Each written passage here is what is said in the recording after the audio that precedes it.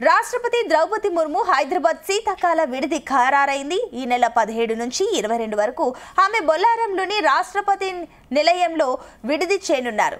సాంప్రదాయంలో భాగంగా ప్రతి ఏటా డిసెంబర్లో రాష్ట్రపతి శీతాకాల విడిదిలో భాగంగా హైదరాబాద్లో బస చేస్తారు. షెడ్యూల్ ఖరారవడంతో అధికారులు ఏర్పాట్లు చేస్తున్నారు. మొత్తం 5 రోజులు ప్రెసిడెంట్ హైదరాబాద్లో ఉంటారు. ఈ 5 రోజుల పర్యటనలో భాగంగా రాష్ట్రపతి పలు ముఖ్య కార్యక్రమాలలో పాల్గొంటారు. డిసెంబర్ 19న రామోజీ ఫిల్మ్ సిటీలో జరిగే కార్యక్రమంలో పాల్గొంటారు. ఆ తర్వాత డిసెంబర్ 20న గచ్చిబౌలిలోని శాంతి సరోవర్లో గ్లోబల్ పీస్ కమిటీ ఆధ్వర్యంలో నిర్వహించే కార్యక్రమాలకు హాజరవుతారు. 21న రాష్ట్రపతి వివిధ వర్గాల ప్రతినిధులతో సమావేశం అవుతారు.